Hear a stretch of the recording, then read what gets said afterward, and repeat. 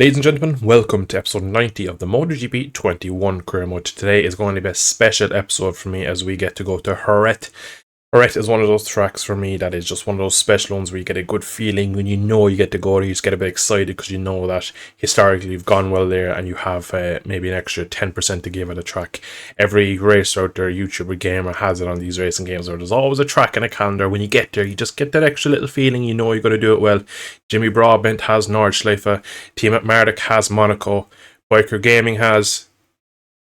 Anyway, moving on, Jerez is it for me, and today we're going to really give it everything to see can we capture our first good result on this Yamaha. So in the previous episode, I did ask you to tell me what you think I should upgrade going forward. Now, unfortunately, or fortunately, depending on where you look at it, I'm recording this pretty soon after the other one has gone live, so I actually can't see the comments at the moment. There's been no comments yet so far, so I'm going to power on myself and make some decisions. Now, we have got the first traction control one on, which is a massive positive in my opinion. But after riding the in-game MotoGP 21 bike on its own, I actually feel like I know where the issue is coming with this bike. And the issues with this bike is actually the frame. So the better reactivity node is the next upgrade for me, and we've gone ahead with this. So basically I felt all season the bike is a bit lazy. So I decided to go ahead with this one, and I'm going to do the next one will be tyre reduction. So we're going to have a lot less tyre wear going forward, but we're going to have to wait a few weeks. Thankfully it's 3 weeks for this. I put the whole team on it just to get it sped up, and hopefully we get it in a couple of rounds and it'll make a difference. Nonetheless, it is time to go to Jerez for hopefully our first good result. At a track like this, when you're really confident coming and you just have good feelings from the previous times you've been here, you just go out in your first run and you just expect to feel some good sensation. So hopefully from the very first outing here in practice, let's see if we can actually find some decent pace and a good setting for this M1, because it's been our kind of Achilles heel so far that we cannot get one lap pace out, and I think early on here we're going to have to try our best really just to find out how we're going to get that one lap pace out of this bike. After our first lap in free practice, already only 2/10 off, so immediately the Jerez magic is coming out, so it looks like we're going to be on for a good weekend here if we can keep this up as we start to push on a bit more now. Just look at how tight it is at the top here in Jerez at the end of free practice 2. Thankfully, it looks like we have some speed. Now, I'm not going to lie, it's still taking a lot out of me to get a quick lap, and they're 1 and far between. That was one outlier of a lap. The rest of them are much closer to 37.7s. To be honest, for the most of the session, I was about P17. I was kind of where Marquez and Salvador you are. So on the race, I'm not really sure exactly how overall quick we'll be able to be. But this was just one of those laps where I really risked it and I really tried to drag it around the track, and we managed to get a lap out of it. But Fabio's there, Valentino's there. I think Frankie is somewhere. Actually, Frankie is quite low down in P19, so Frankie looks to be struggling. Same with Maverick actually, so maybe it's a bit of a split between different riding styles on the Yamaha, but thankfully that should confirm us going directly through to Q2. So once again, tyre wear very, very high here. In free practice, we use hard tyre for about 2 or 3 laps, and that's kind of what's left of it. So recommended tyres are the mediums. Now we don't have a massive amount, but thankfully I can use 2 in this session and leave myself 1 for the race, as we have directly made it through to Q2. Now unfortunately we only have 2 mediums left, so I'm going to need realistically 1 left for the race. Could try a hard front.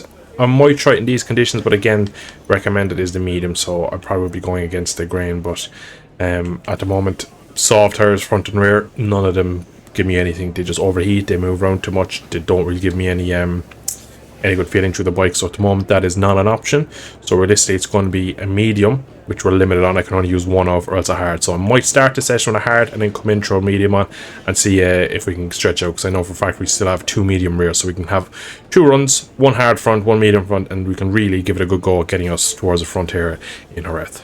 So straight away, first lap here from Fabio. He's already on quicker than I went on Friday, so it shows that the speed straight away is there, so we're going to have to just push and see if we can get a lap in on this.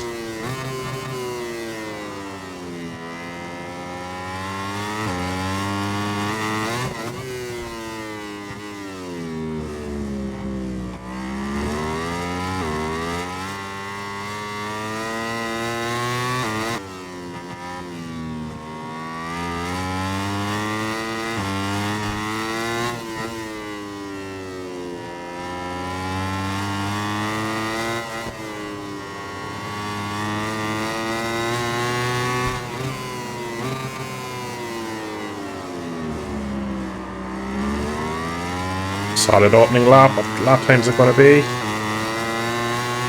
Going to be a 36.1. That has blown it out of the park. That is by far the fastest lap of the weekend for myself and anyone else. I cannot believe that lap time. We were 2 tenths over Quartararo in Sector 1, and it was messy, just it was a bit clunky. Sector 1 here it can be a bit clunky at times when you just don't have the feeling, but wow, that is such a good second half to a lap and kind of blown my expectation out of the water. But already Binder's gone 2 tenths off it, so even though we've gone into the stratosphere in terms of lap time, I'm still not out of the water. So it is all going to plan here in Jerez. Our first pole position, our first good qualifying on the M1 Yamaha. So it's just clicking here for me and really starting to feel good and at home with this team now. So it's starting to pay off the hard yards we put in the 2 rounds at Qatar and in Portimao. Binder on the KTM going P2 with a stunning lap time. If he had done that before I went out, I would have been like, I'm finished. There's no way I can do that lap time. But to manage to get a 36.1 is outrageous. That really was just, it must have hooked up so well. And again, a lot of the free practice I was on that hard rear, so maybe the fact I just had that medium in maybe just gave me a bit more grip and just overall made the bike handle a bit sweeter. So it's amazing to be on pole, but I still think there's a lot of work to do for Sunday. I don't think this race is won yet. So I think we need to, or kind of being forced to run the medium because of the wear on qualifying on the hard front was just, again, it gave me the fastest lap all weekend and I felt strong on it. But I just think it's going to get to the point where it gets skatey like it did in Qatar 2 and in Portimao. So I think we need to kind of be a little bit on the safe side and run the medium front. On the rear, I felt okay on the hard. The lap time just wasn't there.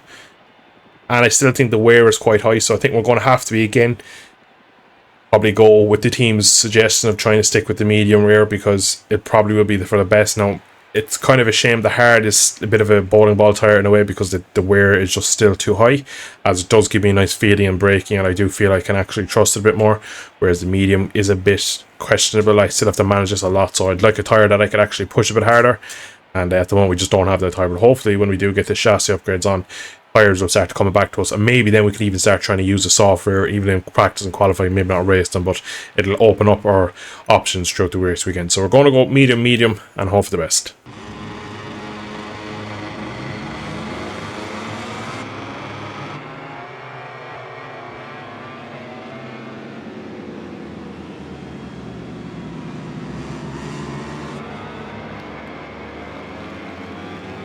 Just a few moments to go until the start of the Spanish Grand Prix.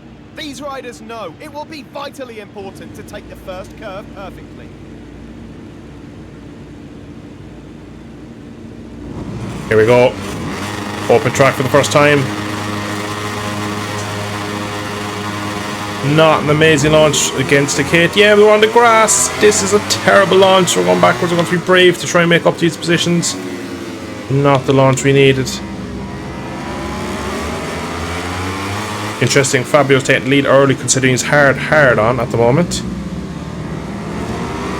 Maverick must be having a horrific weekend because he's going to hard front soft rear, so he's kind of gone with just a gamble. So thankfully it looked like we have recovered decently well here. Straight away into race management. I'm just trying to stick here and keep the tyres underneath me because I will need them throughout the race. We know that we seem to lose a bit at the start but gain it back later in the race, so hopefully here in Jerez in Spain it's the same story. Whoa, what a dive from Malaysia. We're going to try and square him off. We got the corner wrong, but man, he really let the brake off on us there. That was very surprising to see. He's going to be very aggressive here in his home race.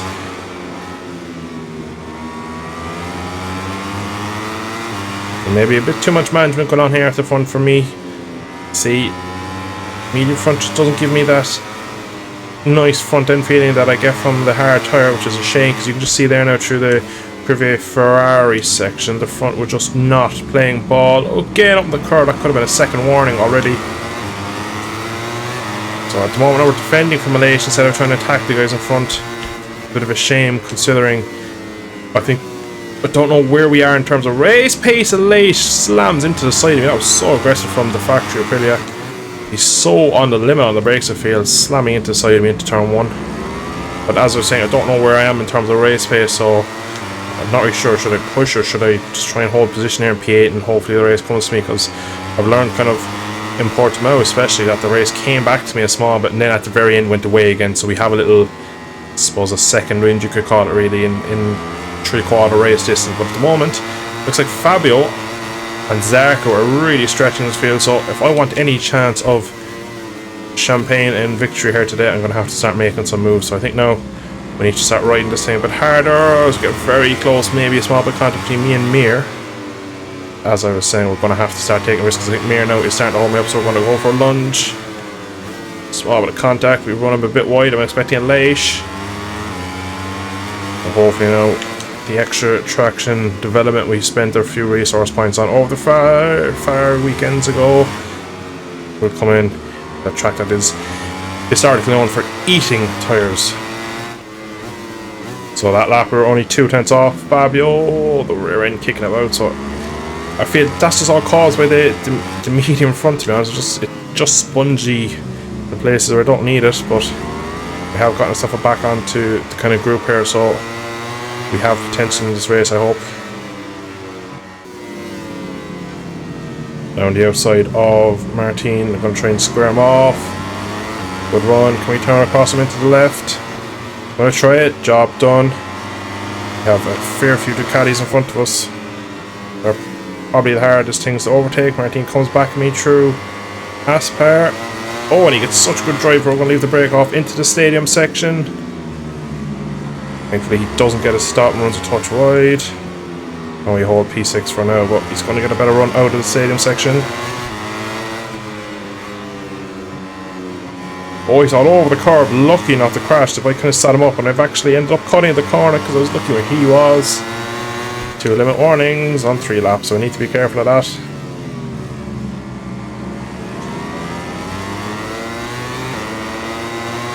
I reckon this is going to be fast lap of the race.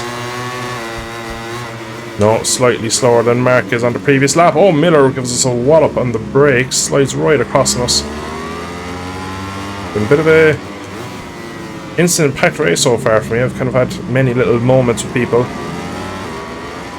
But I can see Fabio, he's not too far, only about just under 2 seconds.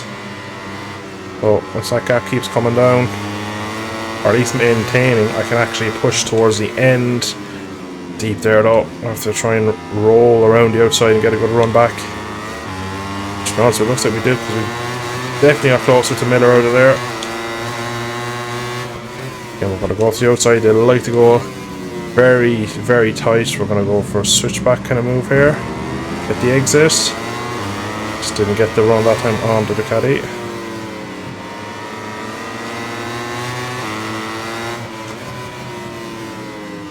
There's movement at the front. Zarco and Quartararo going side by side in the Spanish GP. That will only help basically the 2 factory Ducatis in front of me, the factory KTM and myself, because they'll just start slowly coming back to me and the rest of us if they keep up this battling. Very close onto the back of my bike from last year, so we'll have to try and run through ponds and get the run down to Pedrosa. Good exit. I know he's going to go that way. We're going to go this way and try and do it on the brakes. Going to be a difficult move. Oh, we got very close to the back of his teammate. Thankfully he went a touch wide. That saved me a small bit. But we actually have got the move done, have we? Oh, the curb just managed to sit me up a small bit. That's invited the pressure again from Miller. And he goes very, very aggressive through there on me. I'm off the racing line now, and that is the position gone again, so this isn't going well, because I feel like the gap to, especially the riders behind, is coming back to me, as well as the gap to Fabio is getting bigger.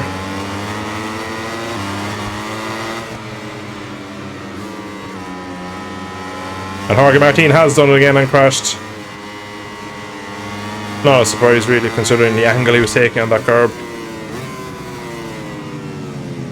If I get close to him, I could probably pass him into the final corner. Did very good on the change of direction and the braking. We've gotten a good run here on Miller. We're going to go to the outside because he likes to move across to see if we can just get out of his path, really. Which we have, and into turn 1. Oh, he goes for a look though. Looked like we just held on for now. It was a long time to get past the factory Ducati, and now we have another one in front of us. Echo's so defensive. If we do something, we're going to go try and roll around the outside. It's not really going to work, I don't think. And that's how we got a very good exit. Through 7, can we get the run on him? Philip Binder's labouring a small bit now. I think, to be honest, we're going very quick here. Big real tight line. Binder now is just struggling, so see if we get him into the second part of the stadium section. We have a look. Nothing doing there. It's only actually inviting pressure from Jack. Oh, mistake from Binder. We can't really make a pass through here. Said though I feel strong in here. We're gonna go for it. Up the inside. That is P4.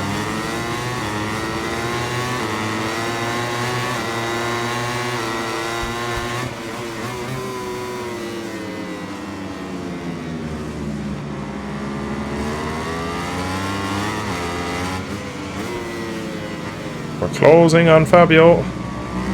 I think Zarco's probably quicker. I just don't think he can make a move stick on Quartararo.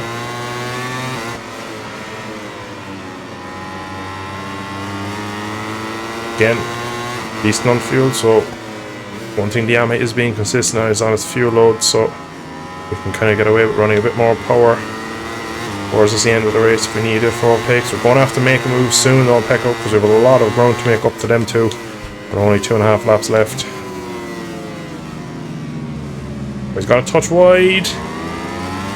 That is the podium positions. Now we have a clear run at the satellite Ducati.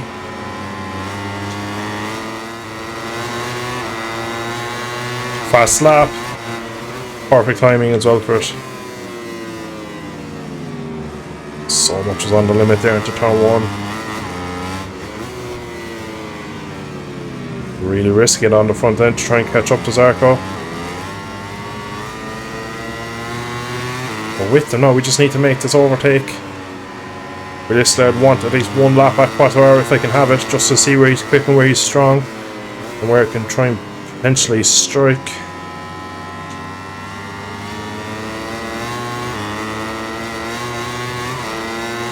Thankfully, it looks like Pecco's just dropped back a touch. Oh, they've both gotten Ferrari wrong. We were actually touch wide ourselves, but I think they lost more time. Can we get close enough to Zarco? Don't think so. Gonna be a bit of a lunge. It was a bit of a lunge. Fabio makes a mistake though. We're all over the back of the Ducati. Can we outbreak him into one? No, the fastest lap. Oh, small bit of contact with our teammate. Oh, we've been blocked by him out of turn 1 as well.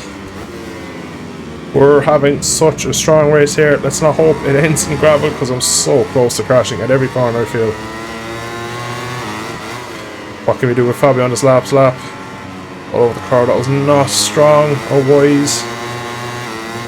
To get a bit of a gap to Zarco because you just know he's going to try something if he gets a sniff. He's wide Fabio there. Remember, he's on hard, so technically I should have a grip advantage. As I believe that hard tire does not give you longevity like it should. Quartararo takes a massive bobble. Have to try it last corner. Oh, he's pulled good margin out of us there though. Around the outside, Eugene Laverty. It's not going to work. We're going to have to try and square him up. He's made a bit of a mistake though. Can we get the run? It looks like we have. We've cut across his nose and we're going to take our first victory with the Yamaha team. What a last lap that was. Before we go to see the party at the podium, let's take a look at the MotoGP class final results. Separated by just under 2/10 at the finish. Cannot believe it. We managed to get our first win and then such strange consequences. Running out of the last corner, a level with our teammate and beating him to the line. Just previously made kind of mistakes into the last corner. I felt like he was actually probably harder to pass into it because he was braking so deep. And I just had to try something on the outside, and that made him probably go a little defensive and attack the corner more on entry. Just set him up for the run. I cannot believe we managed to pull that move down because it was big risk, because that curb on the outside, if you get on that awful curb at times, you can just get sent straight on. So it was a big risk. We could have thrown away everything. Thankfully, it paid off. The championship now looks a bit more respectable, back into P5, 30 points, still is a lot back to our teammate, but we've proven on our day we can beat him. An exhausting weekend. If his team keeps working like this, it will be really difficult for his opponents to overtake him. So that is where we're going to leave today's episode. It was one of the best ones for a long time. It was so so hard to get that win, but I'm so happy we managed to get it. And hopefully now we can kick on after getting a good performance here, and hopefully we take this momentum forward and try and build up on it, because not long into this championship, if you're 30-40 points back, it can get very, very hard to gain them points back. So we really need to kick on from here and start to put big numbers on the board week in, week out, and really kind of negate the gap to Quartararo and the rivals around. So I hope you have enjoyed today's video. If you did, drop a like down below, subscribe to see more. I should catch you all in episode 91 in the coming days. Thank you for watching. Slán go fóill.